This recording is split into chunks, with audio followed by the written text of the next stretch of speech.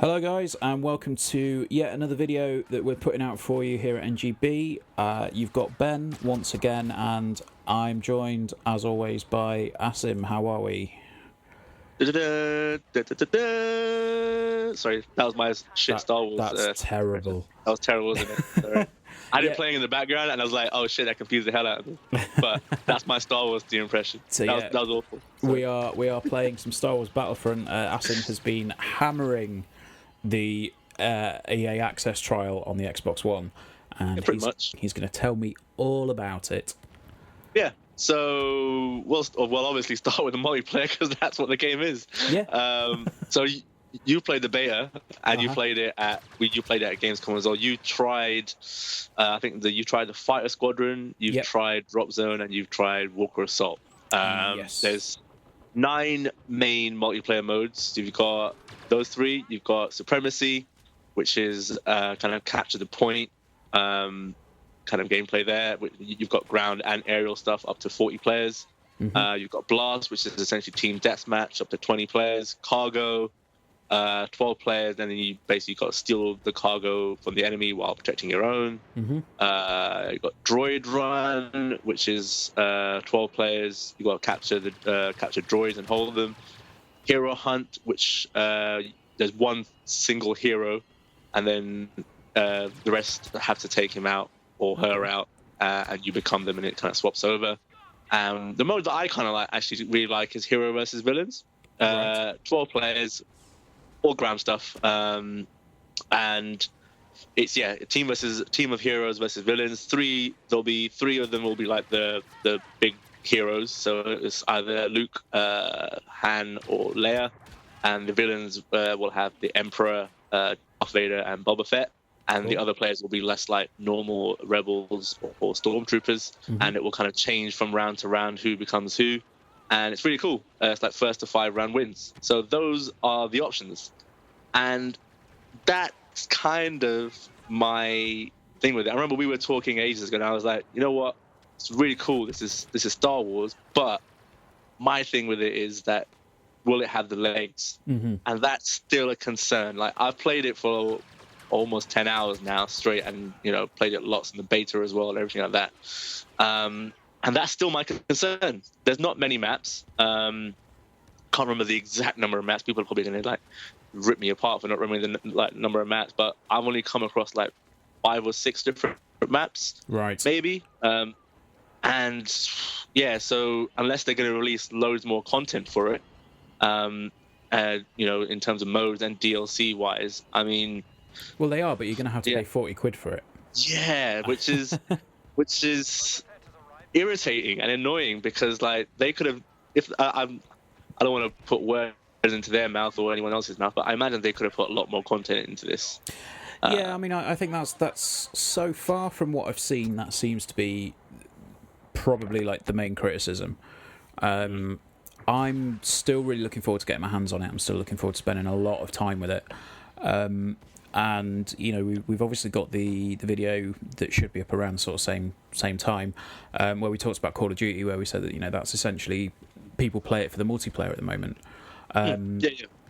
It's gonna be a very interesting November, I think, and and beyond. I think, and there's absolutely no doubt in my mind that call me Michael Pachter if you want, but Star Wars is going to be the #1 game.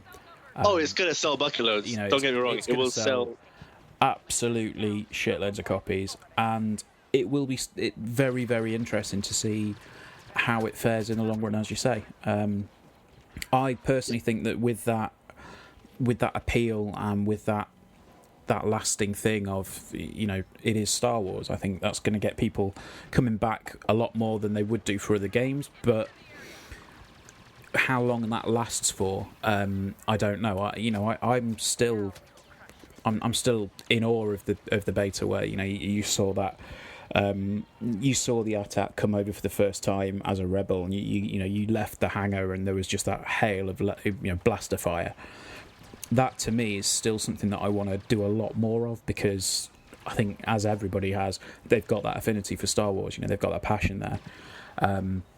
Yeah. But I think that actually brings me onto something that you've spoken to me privately about, and we've also discussed it on the podcast. And we said about in the beta, they had very obvious balancing issues with the Walker Assault mode. Yep. And they were quite vocal about that themselves as well. They knew it was. Yeah. And I think from what what we've sort of said off air, is like, that seems that they've taken on board a lot of criticism and a lot of feedback, and they've actually tweaked it. Yeah. No, it's now, yeah, pretty much balanced. I don't have any issues. Like the matches I've played at Walker Assault have been very fair. Basically, what they've done, I think, to fix it is, so when the attacks get exposed now, so for that short period of time, there'll be a highlight. Well, it won't be specifically highlighted on them actually, but you'll kind of get like a little pop-up coming and saying, "Oh, this area is vulnerable. Shoot here," and you'll do more damage. So it's usually been. I haven't seen it being in other areas, but it's usually underneath them, so it's not directly there. So again, there is a bit of, I guess, risk-reward element there. So you have to go quite close up, to be honest, if you want to get some proper damage on them. But that's fine. That does balance it up, because you've got now an area where you do actual real damage. Yeah. Before, in the beta, I guess that's why it was in the beta, to like try it out, see what people thought. You weren't really doing much damage, even if you were, shooting pretty much any area. Like you would, unless you were all shooting it at the same time, you weren't doing much damage. Even then, you weren't doing, I guess, barely enough damage, to be honest. Now you are, and it's balanced in the sense that, the other team will know that, oh crap, this area of the attack is exposed. We've got to defend as well at the same time. So it kind of switches things up for a bit. Yeah. Whereas you're defending the points for the majority. When that change comes up, it switches things up. Then they're defending. So it's really cool that way as well. It's a really cool dynamic, and it just makes it more, as I said, fair and balanced. And I've had some really cool matches. Like, we've got a video up that I captured that was on one of the Wasteland maps. I can't remember now which one exactly, but really close match. The attacks get right to the end, and being on the ground forces, like, we draw most of the fire towards us. These two guys come on like these aerial vehicles, and it's basically take them down. Just like focus fire, and it's like bam, they both go down at the same time, and we win. And that was right at the end. So there's a real, like, Walker Assault is the game's main mode. Yeah. And again, that's another slight issue as well at the same time, because most people would have played that in the beta and maybe gone there full of it. I'm not sure. Yeah. And like the main map is Hoth. Yeah, I was going to say, are there any sort of other, like, iconic moments from the trilogy, or from the franchise, that you can put your finger on and go, yeah, you know what, that immediately, like, harks back to Return of the Jedi, or like, this is like that moment in in the original Star Wars, or anything like that? Before specifically answering that, I will say that, whatever you say about the game in other areas, what DICE do get right here is that Star Wars feel. Yes. They get it spot on. Less so the new trilogy, more so the old trilogy. They get that feel spot on. Like, really, like, from the look of every map to the look of the environments, and the flora and fauna in, like, places, the characters, everything like that. Cool. So, I mean, I know they made a big deal about it at Gamescom and a few of the other events that they did beforehand. So they spent a lot of time with Lucasfilm, a lot of time at Skywalker's Ranch and Skywalker Sound, everywhere. They really nailed the authenticity. It's spot on, mate. It really is. And just to kind of specifically answer your question, and there's another map, one of the Endor maps. So they've got the trees, the kind of leaves, the grass, and they've got the little sky huts as well going on, and you can use them to your advantage if you want. Like you can go vertical and like shoot from the top, and that's I think that's one of the ones I captured on Walker Assault as well, and it just looks so cool. when I played that on that map for the first time, I was just wandering around in awe because how, in terms of how good it looked. I was a stormtrooper just running around, the water like shimmering, and there's another stormtrooper just going back on like a speed bike. Yeah. And I was just like, you know what? They've nailed Star Wars. This is Awesome. this is it. This is it. And there are those cool moments, but that's again going back to what I was just saying. Like, once the Star Wars thing wears off, how engaged or engrossed will people be to come back for more? Especially when there's 9 modes, and I think I checked while we were while you were talking previously. I think there's 12 maps in the game at launch. Okay. But I've only seen like probably, like I said, 5 or 6 of them in the 9 hours that I've played so far. Okay. I mean, that might be a good thing in a way if they're kind of trickling out the maps and sort of saying, these maps are available in these places and these game modes. So it might be that they're introducing the different maps into different rotations as the game goes on. There are like certain maps are only specific to Walker Assault because they're bigger, and then certain maps are only specific to the smaller modes such as Blast or Heroes vs Villains. They're more enclosed. So yeah, but I guess if you're only playing one mode, which most people probably will focus on, probably maybe 1 or 2, maybe at max 3 modes, then you're not going to get a lot of maps. You know what I mean? Yeah. Because certain maps are focused on certain modes. So if you're just playing Walker Assault, you're not going to get all 12 maps. Yeah. You know what I mean? I mean, I think one of the things that you've said is like there's obviously that element of it's Star Wars. How much is it going to last outside of that? I honestly think there's going to be a lot of legs in it because it's Star Wars. It's like, I hope so. I really do, because I want to buy it on the PS4, so I want to keep playing it. I want to like if you're playing it and the guys in the team are playing it, or other people are playing it, I want to join you guys and play some team stuff. You know what I mean? It'll be great. I would love it. It's not like I won't want it to fail.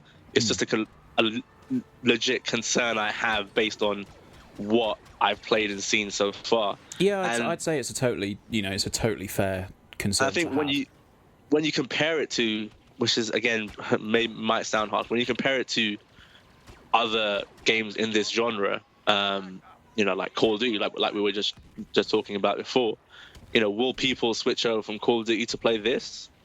I don't know. Because I guess for most people, there's only room for like one shooter that they're going to play like all year round.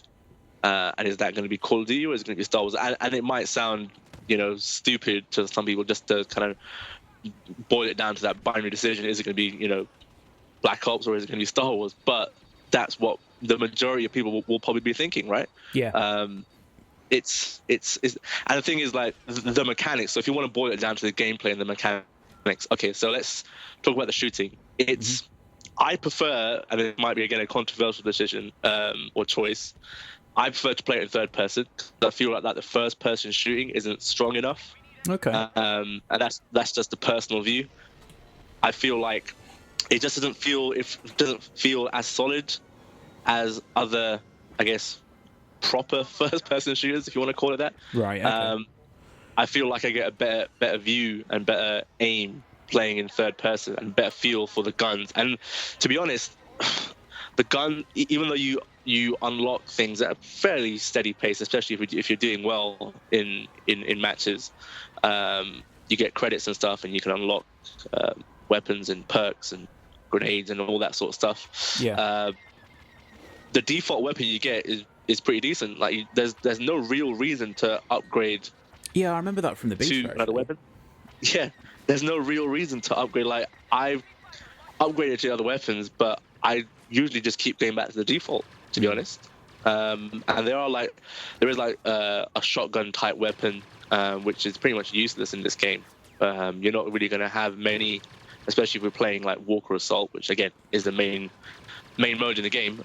You're not really going to have many close encounters, so it's pretty much useless.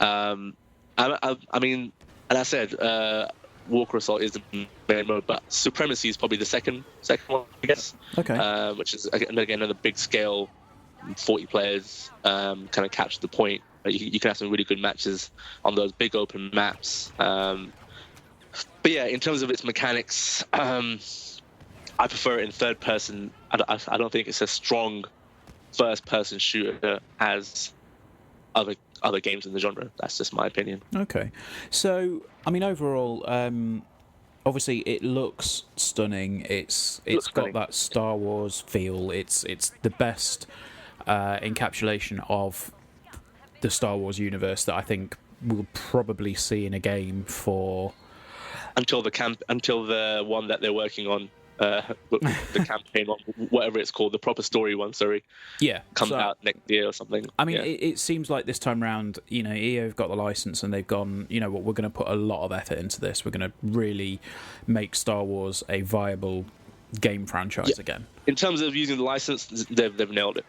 Awesome. They've nailed it. And I think that's what a lot of people are looking forward to. I know I am. I've been wanting a very good Star Wars game for a very long time. I think you had KOTOR and KOTOR 2, and after that, there's not really been much. I think the Force Unleashed, the first one was all right. The second one was a bit ropey, but other than that, there's not the feeling you'll get if you're a Star Wars fan. The feeling when you even in like Walker Assault, but like more so when you're playing something like Heroes versus Villains and stuff like that. When you take control of like Darth Vader or Luke, like you're like, yeah, I'm gonna own some shit here.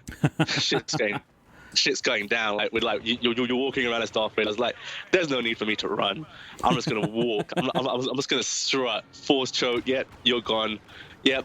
Hold the block button. Yeah, deflect your pew pew, and it's gonna go back in your face. You're dead. Yeah, that's it. Lightsaber thrown. Yep, you're dead.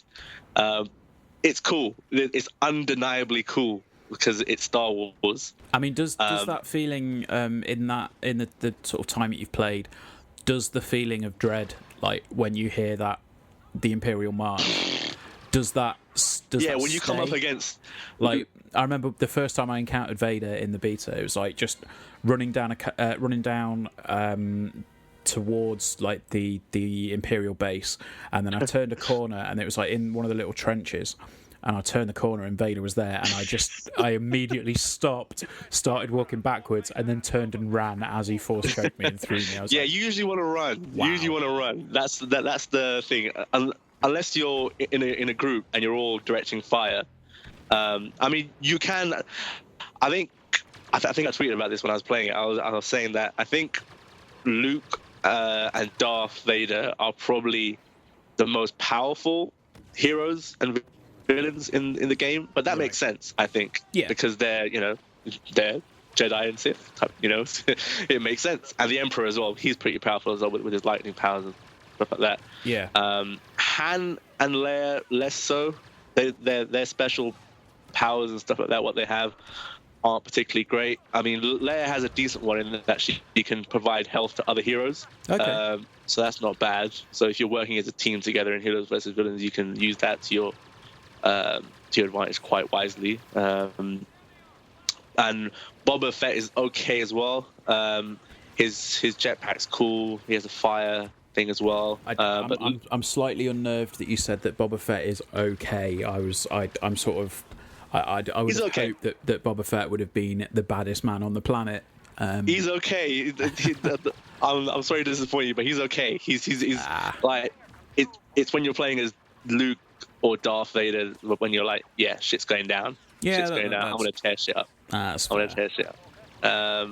But they're not bad. I'm not saying like Han, Leia, and Boba Fett are bad, but the other three are the ones you want to control if you want to have some fun. Yeah, that's fair. So all in all, Star Wars Battlefront, worth buying? If you're a huge fan of Star Wars, undeniably yes.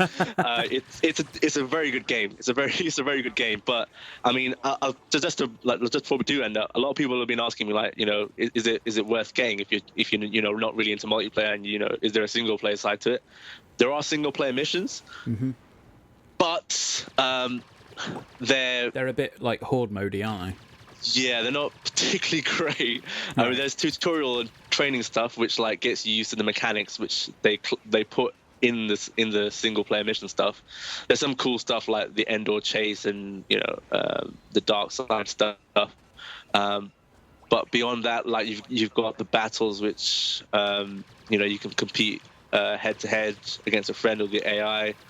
Yeah, it's all right. Survival is the horde mode, which you were talking about. It's again, it's all right, but it's not the main course. It's basically like a very very kind of mediocre starter to the main course, really. Yeah. Like the main course is the multiplayer and Walker Assault or Supremacy. But there is, I think I did tweet also that there is, even though like some people might not like Walker Assault, some people might not like Supremacy, some people might prefer Drop Zone, some people might prefer Blast, which is a team deathmatch, which is fine. That's cool. There'll be probably something for everyone to kind of get stuck into and enjoy. But how much you enjoy it will probably come down to how much you also enjoy Star Wars as well. So bear that in mind. Yeah, that's probably a fair place to sort of wrap it up on that one. I think is, your opinion of Star Wars will probably determine whether you buy this game or not, and that's totally fine. Yeah. So yeah, Star Wars is out on Thursday. 19th. Yeah. Yeah, the written review should be up very shortly, and hopefully we'll get a lot of playtime in and maybe do some streaming and all sorts. So cool. Thank you very much for joining us again, guys, and stay tuned for more stuff.